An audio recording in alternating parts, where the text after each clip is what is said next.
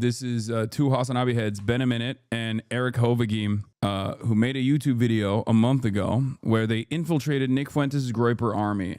And let's take a look. Most people watch Nick Fuentes because Nick has been banned off most of the woke mainstream sites like YouTube. His content has been able to find a nice home in the form of shorts, reels, and TikToks posted by fan accounts. I guess the woke apps don't really care as long as the hate speech is short, to the point, and under a minute long. So far, Nick has been able to fill the gaps with the majority of disenfranchised young people who are starting to doubt Trump's leadership and overall plan for the country. Through economic populist rhetoric, Nick speaks to relatable problems for any young person, or more specifically, young white men. Oh, okay, you won't forgive my student loans? Okay, well, that's because the free market said so. The free market says that Republicans have enough money to bomb Iran, but not enough money to pay for my student loans. And I'm going to vote for that because I'm an idiot. With leaders in neither political party being able to speak like this, other than a few on the left like Zohran Mamdani, AOC, and Bernie, and now I guess Marjorie Taylor Greene? This is the #1 issue I hear about in my district. Health insurance premiums are unaffordable. That's our job, bringing taxpayer dollars back to our districts that help our communities, roads, water projects, you name it. Anyway, Nick is quickly filling an empty space that the left must develop a counter to immediately. If Nick is playing the long game here, which I believe he is, then we have to as well. So today I hope to lay out what we can do to help combat the rise of Christian nationalism disguised as economic populism, and hopefully speak directly to the Groypers watching, to validate their frustrations with the status quo, while trying to show them that a better world is possible, without Nick's conclusions around Jews, immigrants, and women. But before we get into that, have you ever tried Googling yourself before? Like actually typed your full name into Google and hit search. Ben a Minute. What the hell? Ethical reaction. Chances are your phone number, address, maybe even your relative's info is just sitting out there on dozens of random websites. This is all thanks to the work of data brokers, companies that gather your personal information, build detailed profiles on you, and then sell them to advertisers, marketers, and sometimes even scammers. This is how your data leaks turn into spam calls, identity theft, and a complete loss of control over your privacy. But that's why I use today's sponsor, Incogni. If for some reason this is your first time on YouTube and you don't know what Incogni is, it's a privacy tool that contacts data brokers on your behalf and then forces them to delete your personal data automatically. They handle all of the legal back. Cannot get over the fact that liberals have put so much time and effort towards convincing people Hasan is worse than Fuentes. I can understand it. And I've talked about this extensively at this point, but feature, like, you can submit links to any site you find exposing your info. A lot of these people are not even liberals necessarily. A lot of these people are not even liberals necessarily. It's like it's people that have their own personal anger and their own personal hatred for me, like the sex pastini community.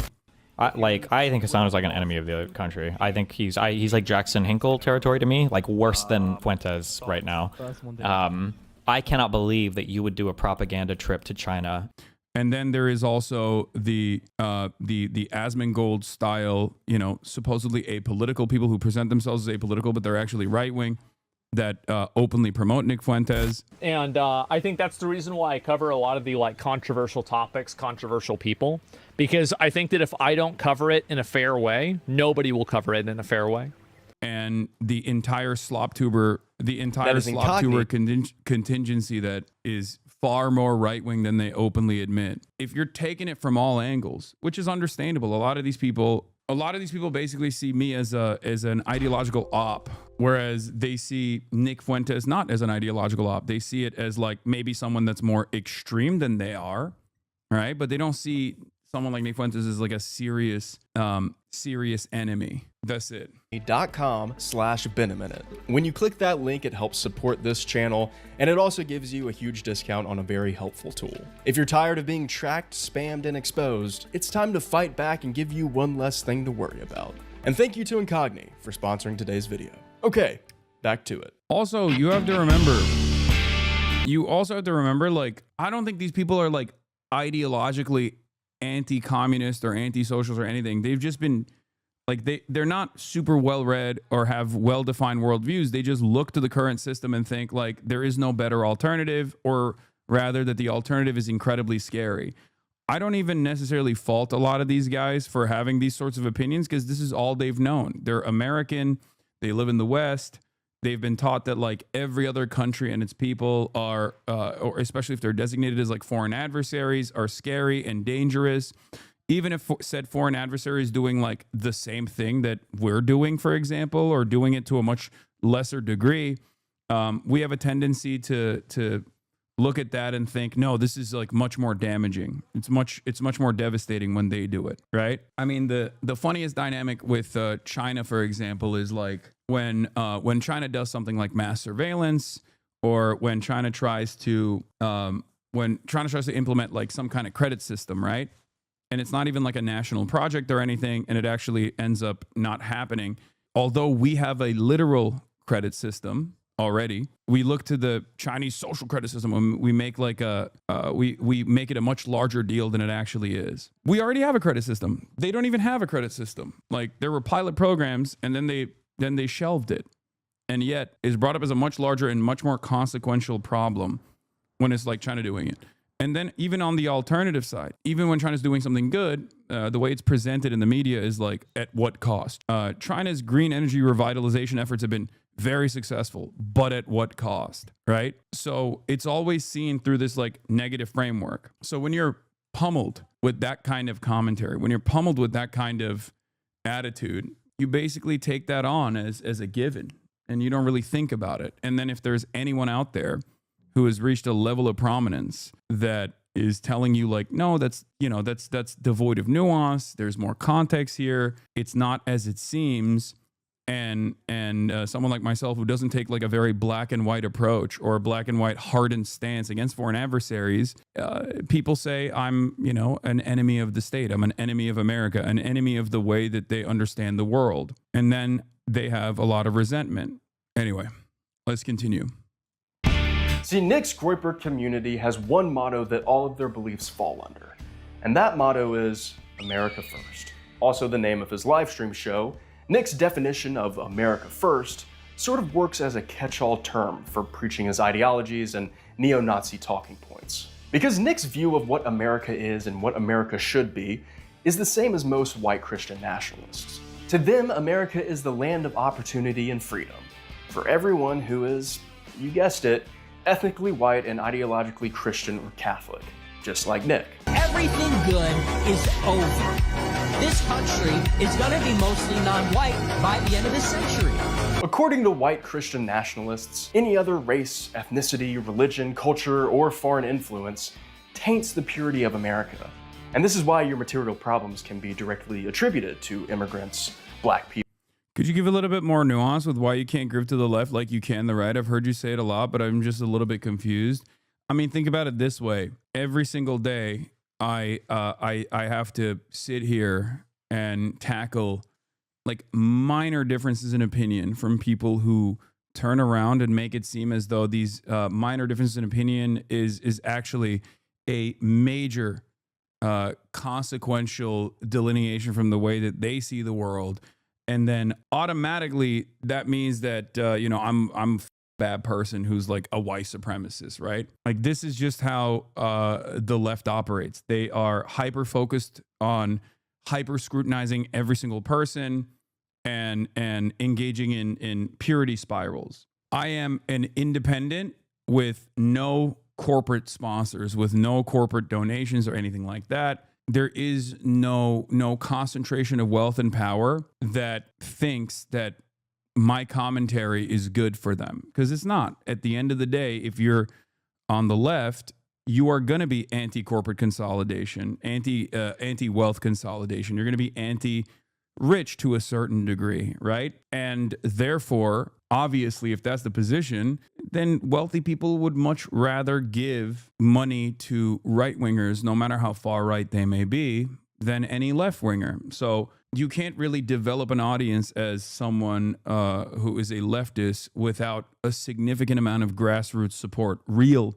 support. So the number one reason, like I said, is because like the right is way more forgiving, or rather they're way more open-minded towards people who are in any way, shape, or form interested in saying the right things. Just like simply coming out and saying you're a right-winger automatically wins you a lot of favor in the right. And that's part of the reason why a lot of people pivot to the right, when they're like outed or something like that, you know? Whereas people on the left are constantly punished by their own audience all the time. And then the other reason is because there's a lot more money on the right. Right-wing ideology also leans into pre-existing hierarchies, social constructs that we take for granted, whereas people on the left, on the progressive side, are constantly trying to dismantle pre-existing hierarchies, and that is also seen as a major issue from people who rely on those pre-existing hierarchies, or people who take that as the standard, as the norm, and don't want change. So there's a lot of resistance to change in general. There are a million different reasons why, if you're going to grift, I think grifting to the right is a much more appropriate measure. And people who say there's market saturation on the right, and therefore it might be easier to grift to the left, are wrong, because grifting to the left, or just like communicating leftist positions and making them more palatable, is infinitely more difficult than just saying common sense. Think about Asmongold, for example. Regardless of what his real world view is, like, think about how he cuts content and how much easier it is to just simply say, yeah, this guy's based. I really think this might be the most based post he's ever made. There aren't even that many figures that I could point to personally and say, this guy's doing it the appropriate way, the best way. Maybe Zoran, right? And even then I have criticisms of Zoran too. And not only that, but also it's much easier to just look at all of the things that are happening around and just saying, no, it's really good actually. And all of the people that are naysayers about police brutality, or all the people that want more representation, all of those people are just bad people. They just want to destroy Western civilization. It's just much easier to present an argument from a right-wing position, because you can always lean on the status quo. You can always lean on the status quo and maybe even demand more of the status quo. And a lot of people who don't necessarily think too hard, a lot of people who don't think too much about the way things are, or how these systems work and who they hurt, especially if they have a position of privilege in some ways, are never going to want to entertain the notion that, there is a better way out there. There is a better future out there. They're just simply going to go, well, things might be bad, but the alternative is far scarier, because everyone is terrified of change. Especially when it comes to Israel. We need to confront Israel like we confront Putin, like we confront Xi Jinping, like we confront North Korea. Since October 7th, over the past 2 years, I believe Nick's rise in popularity can be directly attributed to the growing disdain for the United States' bipartisan funding and support of Israel's genocide of the Palestinian people in Gaza.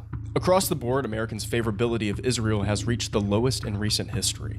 And while the vast right-wing ecosystems are better organized for monetization. Like, they can take $1 million betting ad and get Fuentes or the Israeli prime minister on without getting canceled. Meanwhile, that's not even true. Like, there are definitely people who have gotten canceled, or at least like took a serious hit for having Benjamin Netanyahu on. Like, the Nelk boys definitely ate it. Meanwhile, this chat has a full meltdown when you talk about Plattner. Yeah. Even if I'm not like a dick riding Graham Plattner, people still get in their feelings and cut an endless amount of content saying that, like, it's I'm a fake, phony, and a sheepdog for the Democratic Party. The majority of right-wing commentators stuck to their scripts and defended the U.S.'s involvement and support of the Israel and Hamas war, as they usually refer to it as. Nick decided to take a different approach and actually call out the atrocities Israel was inflicting against the Palestinian people, breaking from the mainstream conservative talking points. Because of this, Nick was able to carve out a unique subgroup of the right wing, those who were, for the most part, culturally conservative, but didn't buy into the American Uniparty consensus of Israel has the right to defend itself. After all, Nick's motto and show is called America First, and the way the federal government was treating Israel was definitely not putting America first. Now, at this point, you might be thinking, well, this is good. These Groypers are right? Shouldn't we be standing in solidarity with them in support of Palestinian liberation and the defunding of the IDF and Israel as a whole? Well, yes, but not for the reasons they believe. But you might not know that if you just caught a few of Nick's viral clips online. I don't think people understand exactly what's happening here. The Gaza Strip is all rubble. It's a population of 2.1 million people. There are reasonable estimates that say that 200,000 people have died. That's 10% of the population. 10% of the population has been killed. And 50,000 of those are women and children. So this is hell on earth. Because Nick and the Groypers don't care about Palestinian liberation. They're against Israel because they're anti-Semitic. Nathan J. Robinson over at Current Affairs put together these quotes and videos that I'm about to show for this next section, so be sure to check out his article in the description below. Okay, let's get this straight. Nick is a neo-Nazi, and I don't mean to use that term lightly either. He has called Hitler cool and awesome. Am I right? Am I right, boys? Am I right? Let's go. He was also real cool. Where he's rolling down the street and stuff. It's like, this guy's awesome. This guy's cool. He's given a Sig Heil here. Audrey. Go, go, go. You gonna do it? And there is also a very viral clip of Nick giving this rant after seeing a black man littering in his neighborhood. I want this guy dead. And I wish Hitler would kill him. I wish Hitler would have killed him.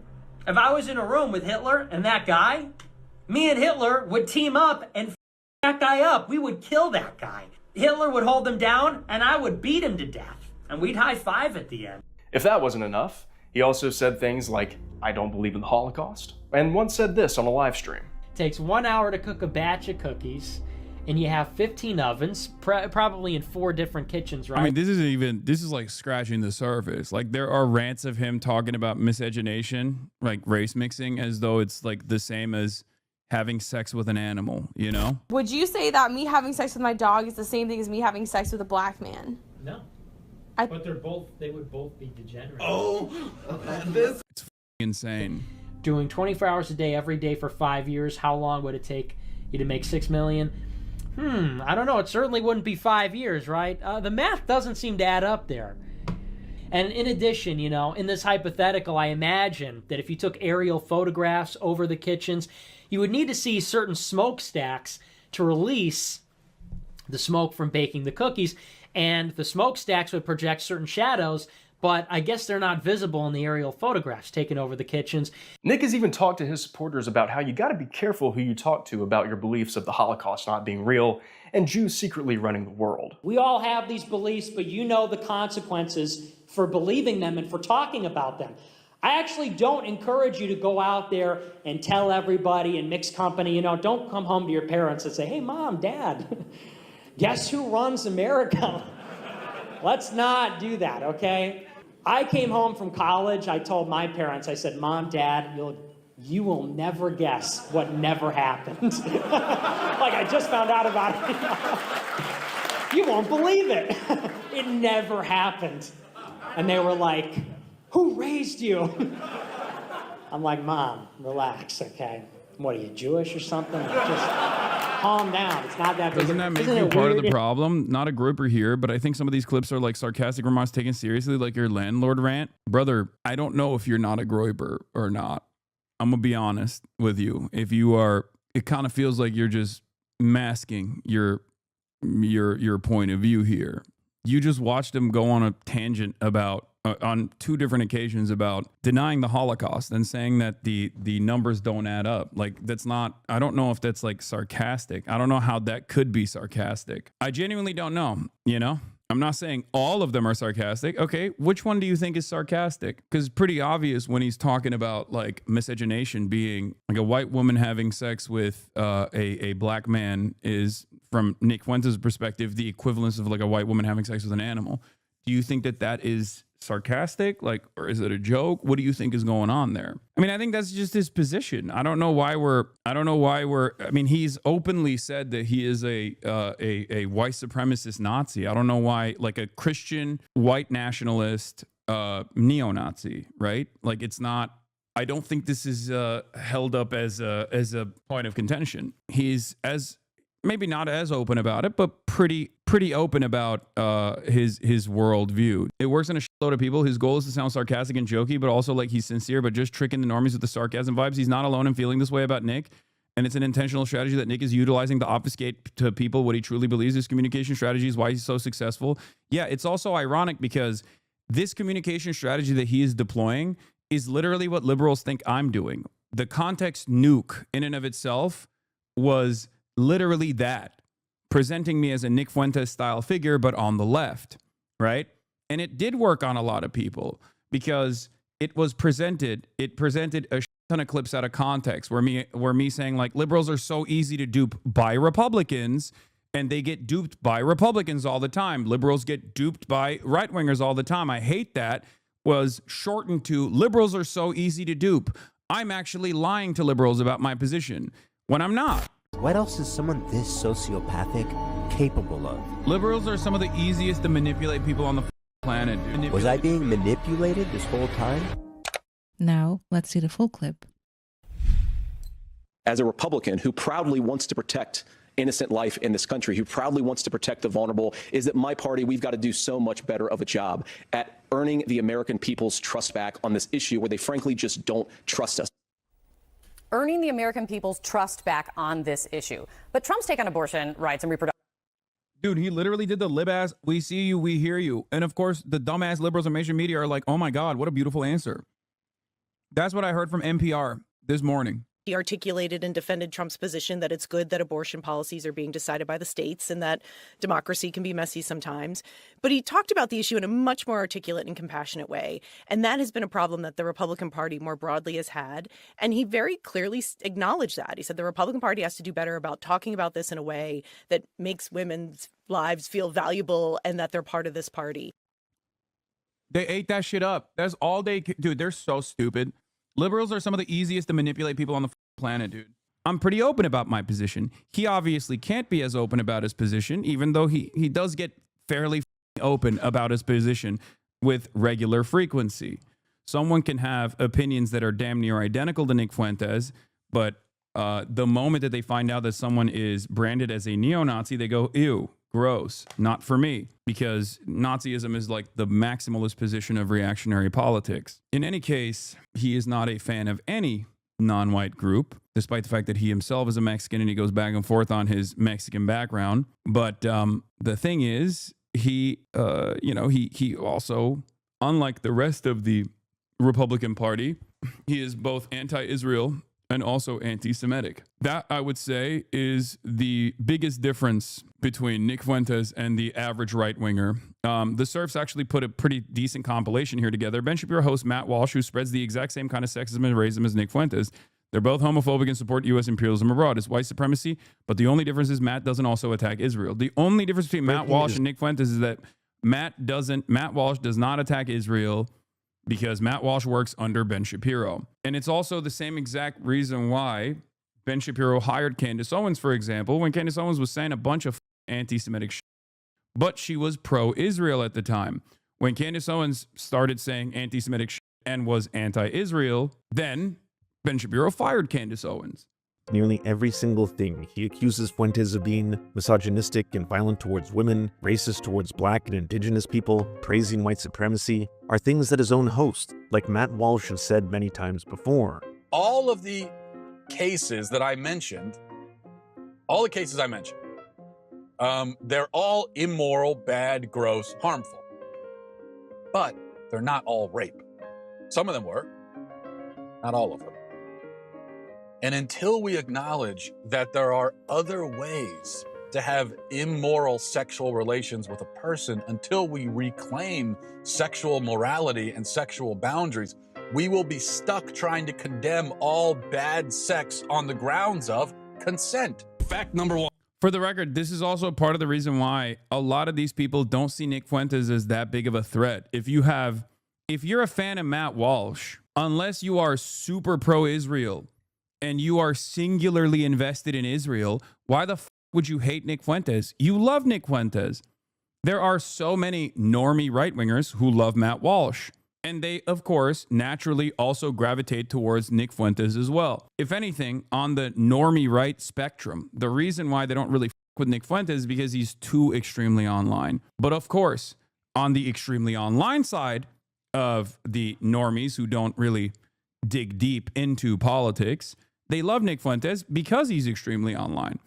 So for the average Republican normie who is a voter who doesn't spend a whole deal of time online, they don't really know too much about Nick Fuentes, but if they encounter some of his clips, they're probably going to like him. They're going to be like, yeah, this guy is actually somewhat charismatic. He's saying the same exact things that I've, seen from the likes of Matt Walsh and many others, or Fox News, whether it be the great replacement theories or whether it be the fact that, liberal moral degeneracy is ruining Western civilization. These sorts of ideas are pretty close to what Nick Fuentes is advocating for. The only difference is he ties it back to Jews, right? The international Jewry, the organized Jewry, as he calls it, is the reason for why this kind of like liberalism and wokeness has run amok in America and is ruining America. The average right-winger, on the other hand, doesn't say that it's actually the Jews, or at least doesn't publicly say that they believe it's the Jews. They'll just say it's the liberals, it's the globalists, it's the international consortium of elites, liberal elites, bicoastal liberal elites that have ruined your life. And the Democratic Party is representative of these values and these people, right? That's the difference. So if you are already predisposed to believe this kind of thing, then you're just, Nick Fuentes just takes it one marginal step in the direction of anti-Semitic conspiracy theories. That's pretty much it. One, it's not a new phenomenon. Fact number two, in fact, it's a phenomenon that was more common earlier in history, and for, the first 6,000 to 10,000 years of human existence, it was a normal thing. Fact three, girls between the ages of like 17.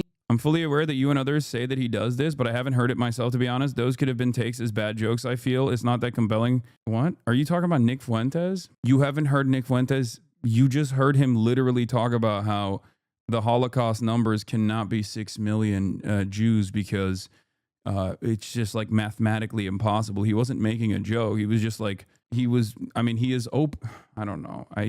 Yes, Operation Reinhardt. What? This is surprising. I don't know. Like, you've been around since 2022, and this is a person who's like getting duped, I think. The entire point is this video literally is supposed to teach you how those clips can trick you. I don't know how the fuck you went from administrative colonialism versus settler colonialism, and you have an understanding of like compradors and collaborations and things of that nature to, Operation Reinhardt doesn't make a lot of sense. I mean, look, chatter, the Nazis were pretty meticulous about their record taking, okay? If you are a cynic about the metric ton of death and destruction, the systematized version of violence that happened during the Holocaust, I don't know what to tell you, but it is a pretty well-established atrocity. Now you have in the universities, in the media, in Hollywood, in finance, in government, and some people say, well, they're not all Jewish. It's like, okay, well, it's half, or 2/3, or 3/4. And what's the other quarter? What's the other third? What's the other half? It's not Catholics. It's not hardcore God-believing Christians. It's all kinds of other atheists, nihilists, postmodernists, whatever you want to call it. And so I don't want to say, hey, let's all attack one group, but there's a big problem when the leadership isn't Christian. We have big problems as a society when the people aren't Christian. What happens when the king and queen aren't Christian? What happens when the aristocracy isn't Christian? What happens when the cities and the business owners aren't Christian? Well, take a look around you. It's exactly what we have now. And so many of the problems that we can point to, which are blamed on various things, ideology, government, on other groups or populations, can be attributable to the loss of faith and the loss of any kind of adherence to an objective morality. Elon Musk cooked us so hard. It's crazy how hard Elon Musk cooked us. Surely there's more context. I mean, the difference is people will hear this and see the first part and go, you know what? There are a lot of Jews in positions of power in the banking industry or in Hollywood. And it's overemphasized by a lot of people like this. The difference, however, is that those are American Jews, just like American Christians, people coming from, different parts of the world that have become American in the process over generations of living here. They are not a monolithic organized unit. That's the difference. There is no organized Jewry. The closest expression to an organized Jewry would be Zionism. And even then, obviously, Zionism is fucking falling apart in terms of its propaganda for American Jews, especially with the next generation of young American Jews. That's precisely the reason why ADL spent most of its time coming after people like myself and not Nick Fuentes in the aftermath of October 7, because ADL knows that Nick Fuentes is probably not going to, brain poison young American Jews into an anti-Zionist position, because they will know instantly that he is a neo-Nazi. So they spent every waking moment trying to say that I also am, just like Nick Fuentes, a anti-Semite, not realizing that that actually undermines the argument of anti-Semitism when you're going after someone who has spent a good deal of time combating anti-Semitism. I have very well-defined issues with someone like Nick Fuentes.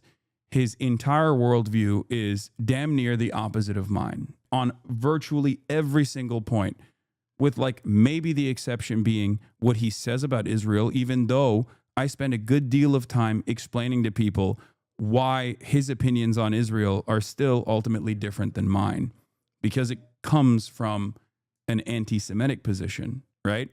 It's never just like, I don't like Nick Fuentes' vibes. Or even with someone like Asmongold, even with someone like Ethan Klein, I spend a good deal of time explaining to you exactly what my disagreements are with the type of content that these guys are consuming and the type of content that these guys are putting out there. But for some strange reason, every single one of my naysayers will just lean into clips out of context that show me in the exact opposite worldview that I currently maintain, that I've been advocating for a decade plus. This is a problem. And then their fans, or people that actually encounter their content in the wild or see some of these clips, turn around and go, you know what? Those clips are actually valid. I won't describe to you what my anger and resentment stems from. I won't describe to you what my anger stems from, but I will tell you that you're bad and you're wrong. A lot of this has gotten a lot worse because of the Elon Musk Twitter takeover. It's become serialized. It's very profitable. But yes, it has become insufferable for the most part. What is this? There's a massive epistemological issue currently. Access to information is trending downwards towards illiteracy. Yes. And so, that's a long way of saying I love Hitler. Okay? I wonder what he means by that.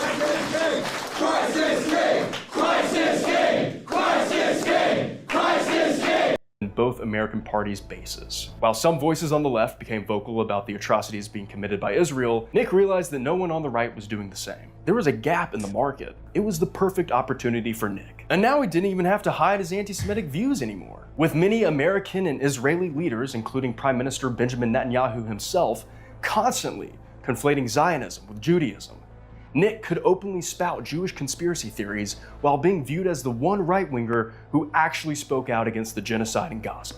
And this is the Nick Fuentes strategy. He finds the unpopular policies of the Republican Party, pinpoints those weak points, and then capitalizes on being the first and the loudest to disagree while offering. Anyway, the irony, of course, is that what I was talking about here is that Nick Fuentes doesn't have to deal with this shit. Okay, he doesn't. He just simply does not have to deal with any of this stuff from his own audience. And ultimately, he doesn't have to deal with the endless amounts of people that take advantage of this back and forth dynamic that exists in this community, in this chat, to cut endless amounts of content off of it. Hasan is both simultaneously captive to his audience, but he's also incredibly mean to his audience. Hasan is bad. Hasan is rich, but also a socialist. That doesn't make any sense. He's a hypocrite. He's a grifter over and over and over again from a lot of people who are liberals themselves, even, and have, apolitical audiences. And that's precisely the reason why he gets to basically operate in the sidelines and build his audience and build his community and continue clip farming in whichever way he wants to direct it. His own clip army is constantly cutting things, oftentimes also out of context, in an effort to present him as like some progressive champion, even if they're reaching out to, even if they're actively trying to, reach out to an audience of more progressive minded people, liberal people. Yeah. Your haters have more videos on you than Nick Fuentes. That's the problem. Exactly. And my haters are, some of my haters literally say I'm a bigger issue for American politics than Nick Fuentes. I'm a bigger danger than Nick Fuentes. And these people run around and claim that they're liberals. I think Hasan is like an enemy of the country. I think he's like Jackson Hinkle territory to me, like worse than Fuentes right now. So if you are a liberal and you watch these people who are self-described liberals say this kind of shit, and then it's paired up with like somewhat positively framed Nick Fuentes clips that you see on your TikTok, you end up leaning in that direction. And slowly but surely, you develop an affinity towards Nick Fuentes.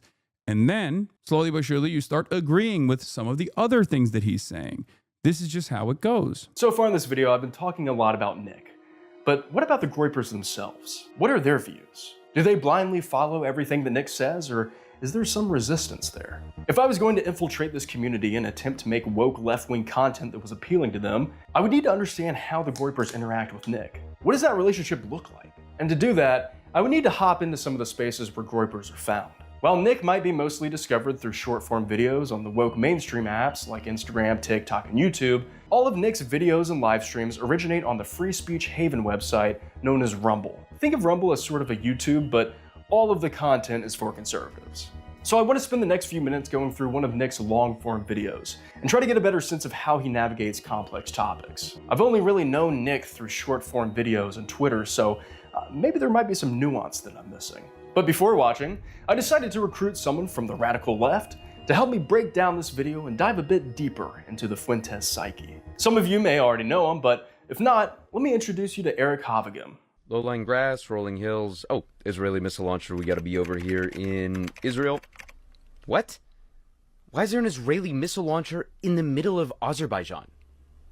Between 2016 and 2020, Israel supplied Azerbaijan with nearly 70% of its weapons arsenal. On his YouTube channel, Eric has broken down topics ranging from Zoran Mamdani's campaign, to Israel's influence over the United States, and to secretly spreading Armenian propaganda on Hasan Piker's livestream. Well, Eric, thanks for coming on. I know I kind of gave you a little bit of background on what we're going to be doing today, but yeah, would love to hear your initial thoughts before watching this, like if there's anything you're hoping to get out of it, if there's any expectations you might have. I'm just excited to become a Groyper. I don't know. I mean, I know they're revered in society. They're really up and coming, and really, I'm just excited to hopefully be a bigger part of their community. Yeah, I totally agree. It seems very inclusive so far, so I'm looking forward to diving in. I want to talk about the ICE deportations, the DHS deployments, and I have a little bit of a hot take on this one, okay?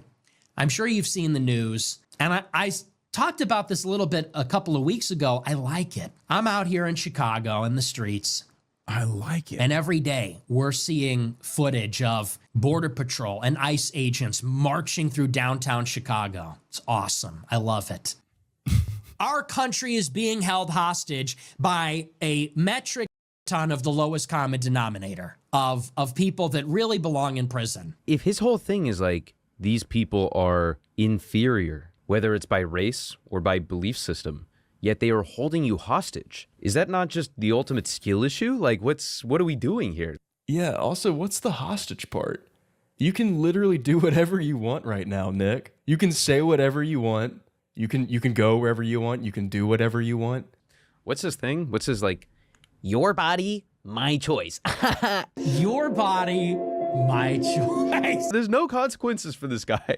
No consequences, but oh my God, they've got me. We can't do anything now. That hide their faces and use violence and intimidation and terror tactics to prevent law enforcement from doing its job.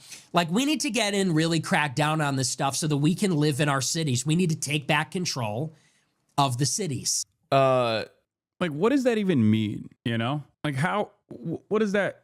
Are you saying that you want to control the cities in like a white supremacist direction? Like, what the f does that even mean? Like, this dude lives in Chicago and he's excited at the prospect of the Department of Homeland Security deployments happening, ICE deployments happening in the city of Chicago, which is incredibly chaotic. Damn, this dude is old as.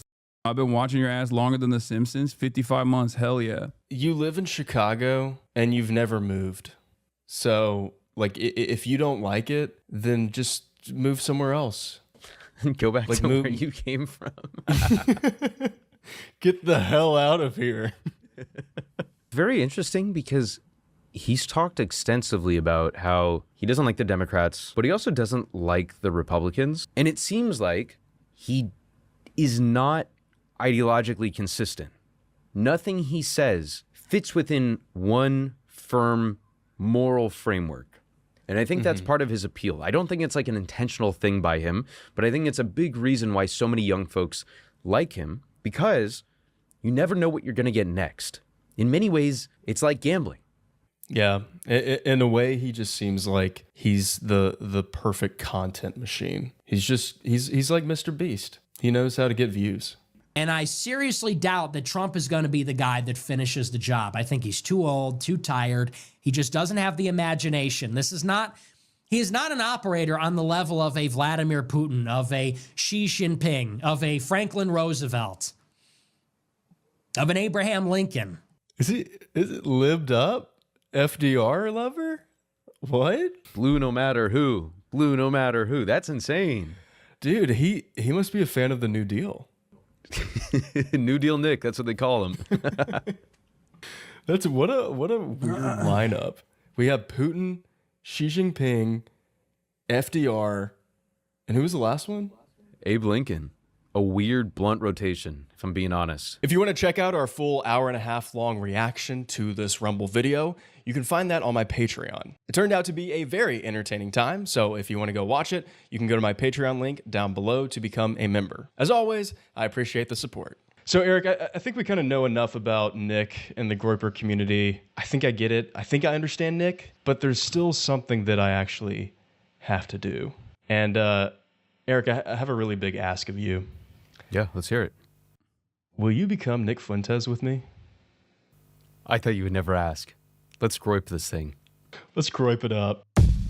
That was just that part was just like unfiltered reaction to a Nick Fuentes Rumble VOD, specifically so that he could promote the full reaction that he did with Eric on his Patreon.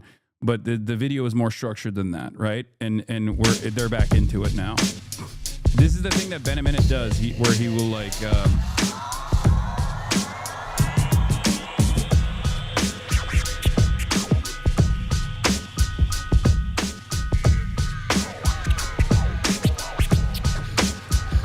Yeah, take those Zoran posters off, Eric.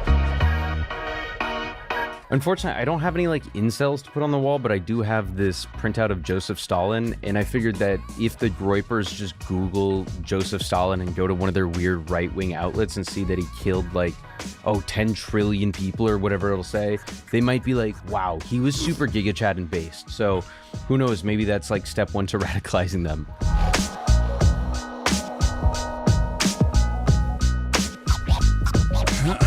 All right, I'm happy with the set, but now I have to get into costume. So I'll do a really cool transition in 3, 2, 1. Huh? Pretty. I got a little bit of this, a little bit of that. Need a tie. Also, all right, no now women. I need some kind of profile picture. Okay, first things first, we need to set up some profiles. So we're gonna make a YouTube, an Instagram, a TikTok, and a Twitter, and maybe some Rumbles. Rick.Patriot. But I want to make it Mexican. So, Patriota. Sign up. We're going to do Cooper Liberto.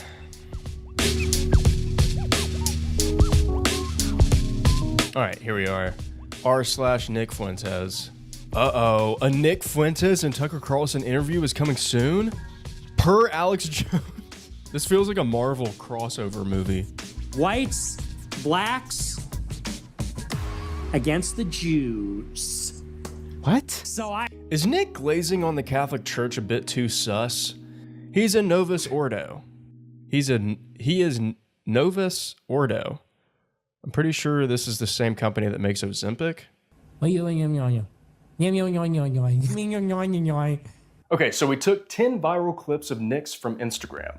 We transcribed them and then replaced the racist, sexist, right-wing words and phrases with woke, left-leaning ones, thus taking the Groyper rhetoric and vibe and rebranding it to be, well, the opposite of the original Fuentes message. In doing this, we were hoping that the algorithms would get confused by our content and still push it to the Groyper community. We'd be feeding the Groypers left-wing content and they wouldn't even know it.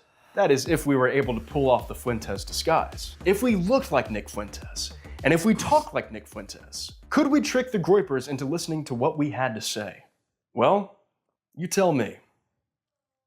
RPG sent $20. Hey Coop, just wanted to thank you for your impassioned and unapologetic defense of La La Land. I got called gay for giving it a 10 out of 10, so it was a major relief to be vindicated by the leader of straight white men. Favorite song/scene? Favorite song/scene? I don't know. I don't want to go that far, but it is objectively one of the greatest movies of all time. The job market is cooked. It's cooked because of H-1B visas. It's cooked because of high-skilled and low-skilled immigration. Has the GOP done anything about that? Absolutely not. The job market is cooked. It's cooked because of the billionaires. It's cooked because the 10 richest men in America own more than the bottom 150 million combined. Has the GOP done anything about that? Absolutely not. Why do you have this job? You don't know anything. You're an idiot. You're like, you can't tell me anything I don't know. As a matter of fact, you couldn't name 5 countries. You couldn't tell me what continent China's in. How do you have a job? How are you getting paid? Like, these are secondary memes. You know what I mean? Like, they're taking Nick Fuentes rants that are anti-immigrant and then turning it into a secondary meme of like, haha, to say like, haha, like, I'm not racist, but sometimes I have racist opinions when the immigrant DoorDasher forgets to give me a straw for my drink. This right here on the left is it's taking a white supremacist neo-Nazis commentary against immigrants, explaining the joke. Dude, I'm explaining to you why this kind of stuff is relevant and also works on liberals, that like apolitical people. Do you not get it? I'm explaining to you how this also normalizes dude is racist and you promoting him.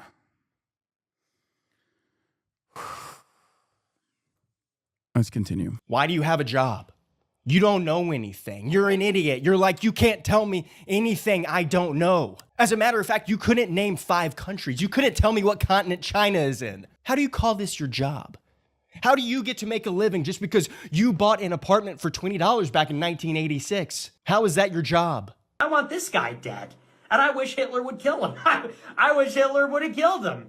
If I was in a room with Hitler and that guy, me and Hitler would team up and fuck that guy up. We would kill that guy. I want this guy dead. I wish John Brown would kill him. I wish John Brown would have killed him. If I was in the room with John Brown and that guy, me and John Brown would team up and beat the out of that guy. We would kill that guy. John Brown would hold him down and I would beat him to death. And we'd high five at the end. You know what my favorite words are when a woman talks? I made cookies. You know what my favorite words are when a woman talks? Let's make cookies together. So we posted the clips to our respective Groyper accounts, Rick Patriota and Cooper Liberto, and then waited to see how they did. While those clips are marinating in the algorithms and we're waiting for those results, I want to talk about some realizations that started to hit me while I was... The last woman that went after Nick maced him at his doorstep? True. And it was an old lady. Becoming Nick Fuentes. Nick Fuentes represents a new kind of right-wing figure, obsessed with vice signaling, a race to the bottom to see who can say the most offensive thing. Women actually do come at Nick because they're insane and forget he's gay and he hates them. No, I think that's his gay energy is probably part of the reason why. Women love a messy gay. They do. And Nick Fuentes provides that. And his followers are mostly young men who are just angry at the world, who are mistaking shock value for conviction. But when you pair that energy with calls for law and order, or support for arresting people who criticize Trump or ICE, it all starts to feel contradictory. And honestly, lame. It's kind of hard to sell yourself as a rebellious truth teller when your version of rebellion is demanding obedience to authority. What's most telling is how unstable his ideology is. Nick's talking points shift constantly, and it's only a matter of time before they start looking as cringy and outdated as Ben Shapiro's are now. Oh, he's so hilarious. Oh, he's so charming. Oh, See you on December 12th, there was more of Andrew big Schultz bro. saying it, What does really that massaging mean? Mamdani. That's why this intellectual fascism he tries to push never really fully works. Nick, you're gonna hate to hear this, but JD Vance has the same problem you do. You can't nerd your way into making authoritarianism sound smart and cool. If you look at the legislative text that they gave us, they tried to turn on two separate provisions that would give healthcare benefits to illegal aliens. The moment you try to justify it with reason or theory, it collapses. Because these protesters are out of control. They're emboldened. Trump won the election. We have federal law enforcement. They're enforcing the damn laws. They're taking people that have no legal standing and they're removing them from the country. That's the law. But that doesn't mean we should just ignore it. Just because he sounds ridiculous most of the time doesn't mean we should just let Nick Fuentes run his course. Because we are at a crossroads. We are at a point of immense failure of liberal democracy. We are at the point of the majority of neither party fighting for anyone but billionaires and mega corporations. And we are at the point where something new must be offered to all Americans, to everyone. And like Nick, I want to play the long game here. I want to imagine what can come next after Trump. Because whether you like it or not, there is no normal to go back to after this. The neoliberal policies that have shaped the Western world over the past 50 years. What's the best way to de-radicalize someone from leaning towards Fuentes' perspectives? Explain to them that it's not actually organized Jewry that is responsible for all of the pain and destruction that they feel in their lives, or the lack of hope that they experience, that their landlord is not Jewish. Well, it could be, but in general, it's not because of organized Jewry that is the reason as to why they're feeling this kind of stuff. It's capitalism. You know, there are capitalist Jews as there are capitalist WASPs. Ultimately, they align on their class position, not on any other ethnic or national boundaries. They operate on the boundaries of profit and expanding profit. Or on their way out. This is the critical point of change. I guarantee you that the first candidate and party that can champion an economic populist message will come out on top, whether they're a Republican, Democrat, or some new party.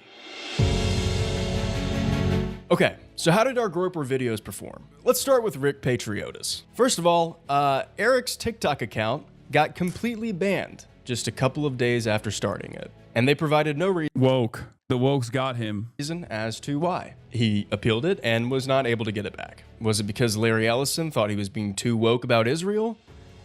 Maybe. So no views for Rick on TikTok. However, Instagram was a different story. In total, all 4 videos received 1,839 views, with the video about being a Republican shill outperforming the others by a ton. This was the video that did well across all platforms. Now, YouTube was kind of a weird one for Mr. Patriota.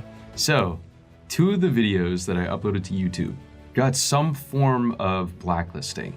The video in which I said, John Brown would hold him down and I would beat. That got actually age restricted. And then, crazily enough, the one where I'm on Israel. We need to confront Israel like we confront Putin, like we confronted apartheid South Africa. That got fewer views. That got 2 views.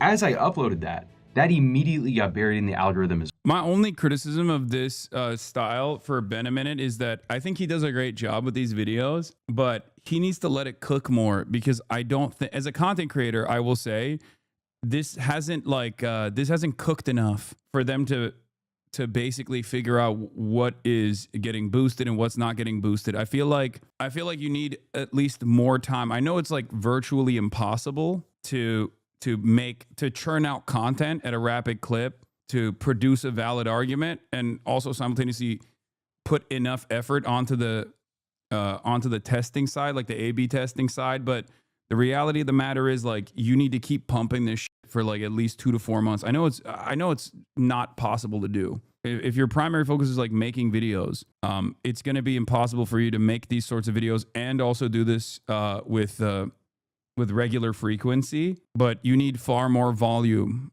to be able to understand the analytics as well. But in total, he received 3,046 views from YouTube. I guess the only way to do that would be to stagger projects to make sure that you have, you know, maybe a different form of content in between, and then have these like longer projects that you work on to put out there once every like 5 months or 6 months, you know? And the comments were very interesting. He's 28, I'm 46, and this holds true. Reagan, both Bushes, and Trump. Each and every one of them dumber than the previous one. And each and every one of them actively made life in America harder for everyone who isn't a multimillionaire. Hell yeah. There's something there. That's what we're looking for. That is what we're looking for. That's the best comment that I think we could have gotten on one of these videos. Is this the liberal Nick Fuentes? Laughing, crying emoji. Okay, so what about Cooper Liberto? How did he do? Well, first of all, Cooper was able to evade TikTok's grasp and was not banned for posting his content. He received 1,084 views in total, with the majority of them going to the pumpkin grabbing video. And this one really performed well, with a ton of engagement and comments. And of course, you have a guy saying, Nick, is that you? Nicky always grabbing his pumpkin. Oh my God. Now, Instagram was Cooper's worst performing app. None of the videos really took off. They all got around like 100 views. But he did get some pretty important Instagram followers. The political trad Cath. This was my first follower. He seems to be a Groyper. And then lastly, on YouTube, he totaled 1,780 views, with most of them going to the La La Land one, funnily enough, and the motivational video. You have one life. It's not very long. It's not as long as you think. He received 5 new subscribers, and here's what some of the comments looked like. Nick, WTF is this? This is Nick Fuentes without Nick Fuentes. Keep it up, though. Your first video on the platform for TikTok always gets an extra boost because they want to embolden people to post more. If it's a decent video and goes viral, this is a presumption, but it's pretty well known at this point. Yeah, that makes sense. It's like it's the drug dealer method. First hit is free. The hit being virality. I love that. Bro speaking facts.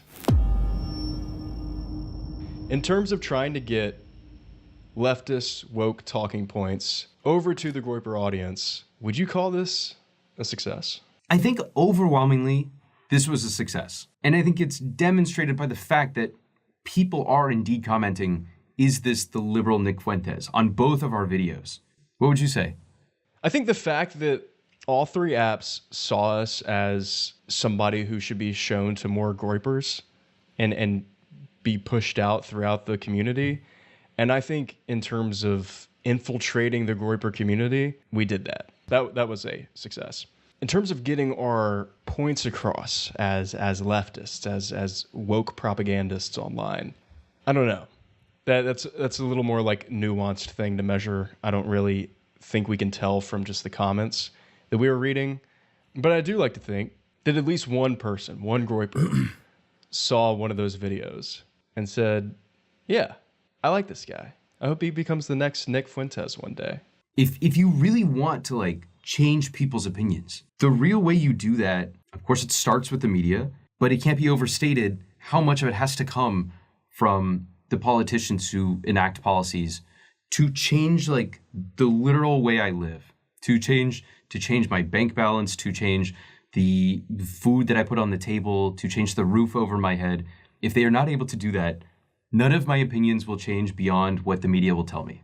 And I think that is, it's impossible to have a very satisfying conclusion from this when, we're just a couple of...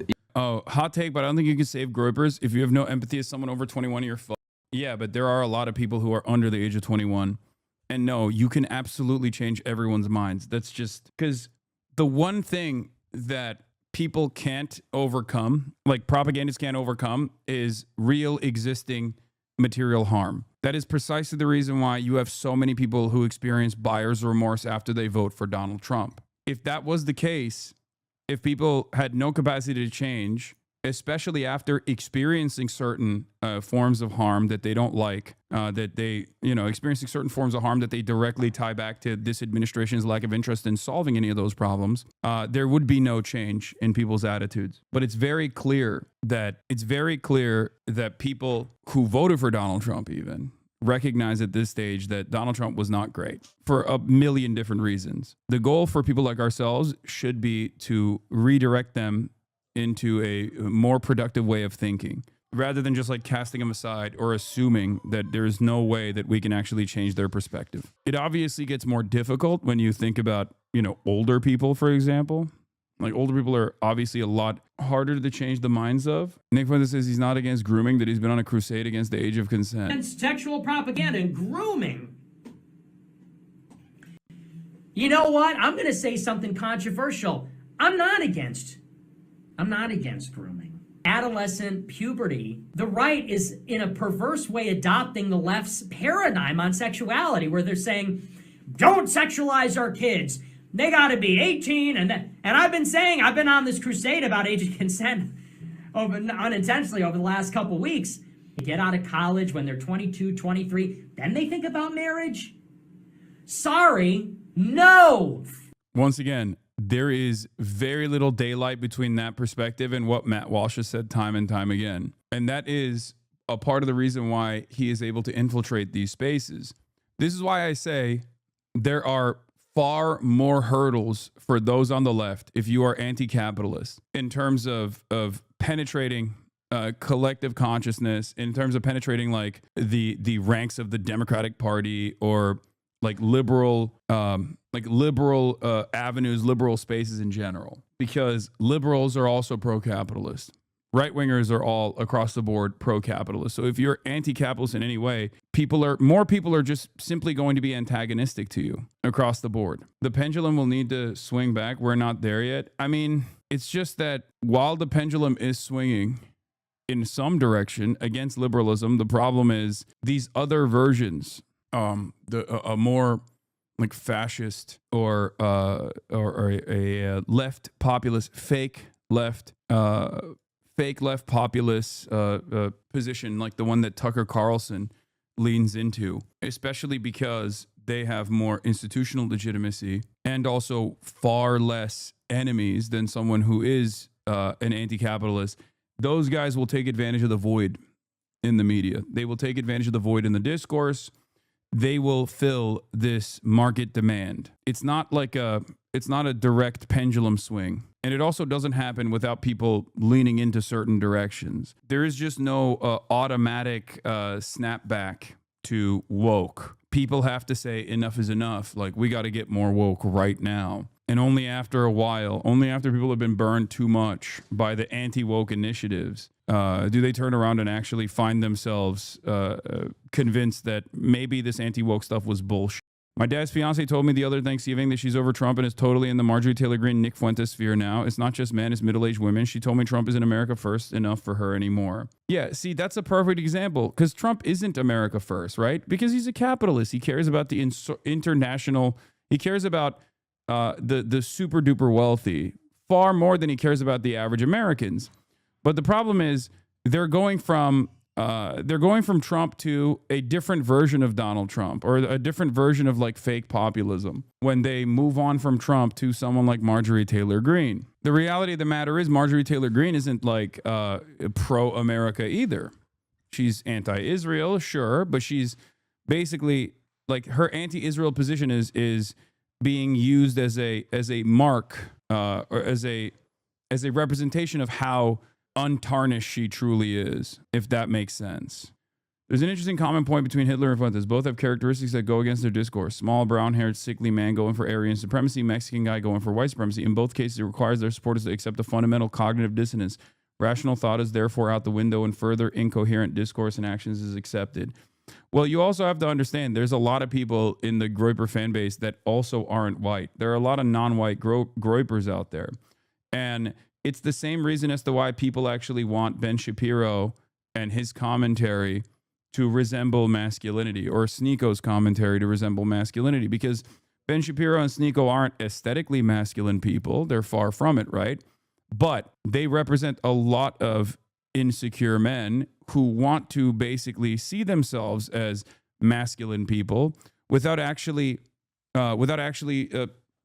looking the part. In that sense, it's actually very effective because the audience sees themselves in the people that they're watching, and they go, oh, as long as I say the right words, as long as I, abide by a right-wing worldview, then I am presenting myself as a masculine person on the internet. And I don't actually have to hit the gym or do the work necessarily, or even look the part. My false understanding of masculinity can be fulfilled by simply being a right-wing guy. And the same goes for Nick Fuentes. Oh, I'm a traditional Catholic, and a person in the margins who is radical.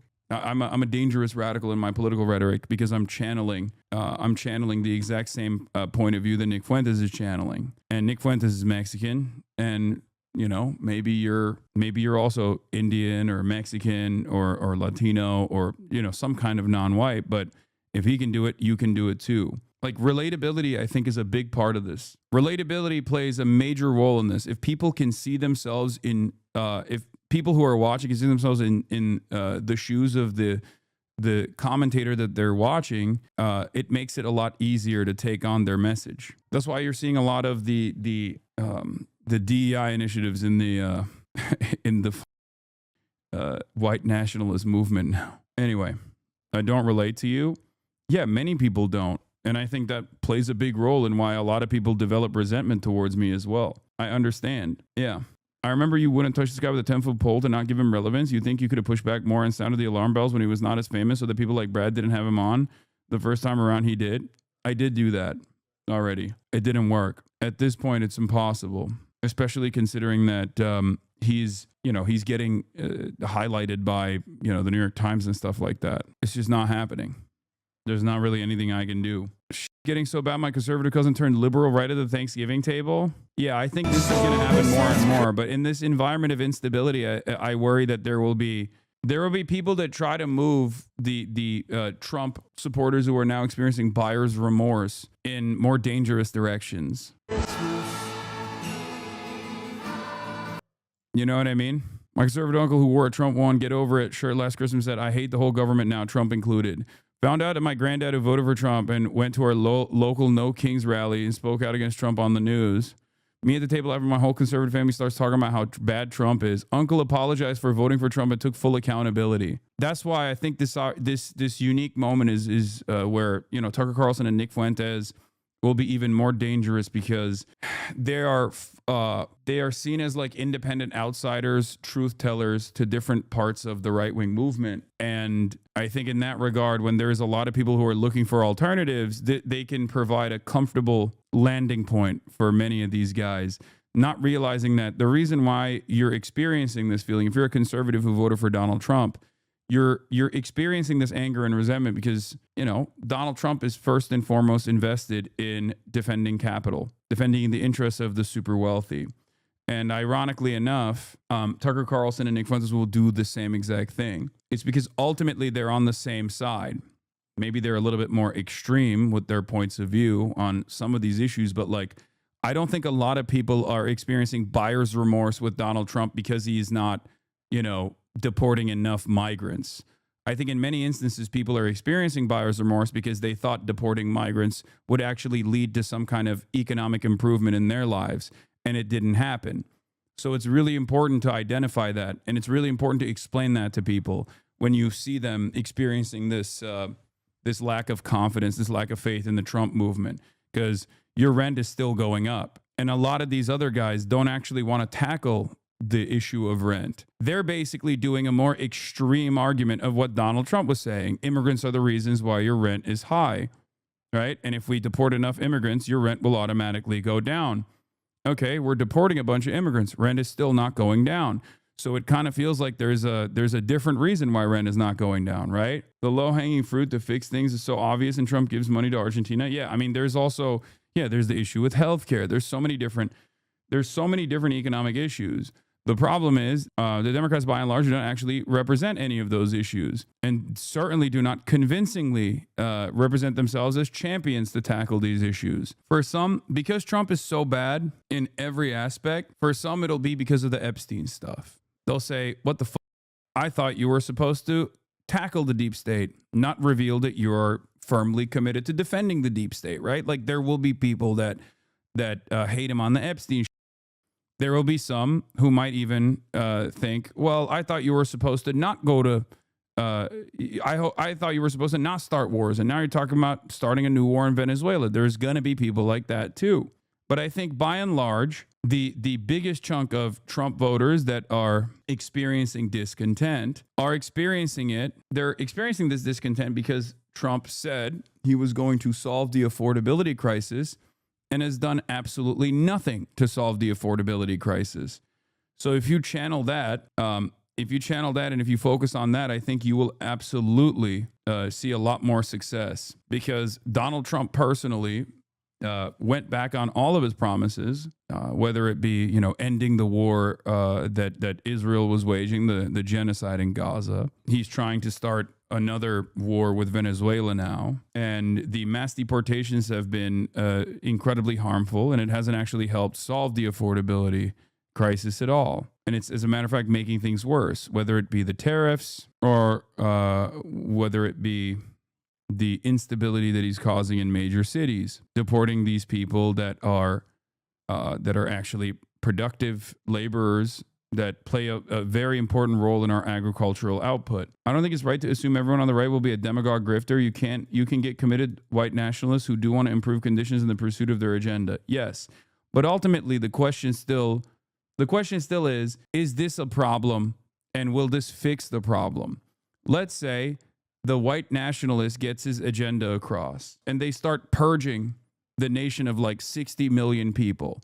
How is that going to work? You need an industrial scale ethnic cleansing operation. You need to literally change the economy in its entirety to focus in that direction, where all systems are single-handedly, all of the manufacturing, all of the labor is single-handedly working across the board in advancing this deportation machine. It would destroy the American economy. It would destroy American way of existence.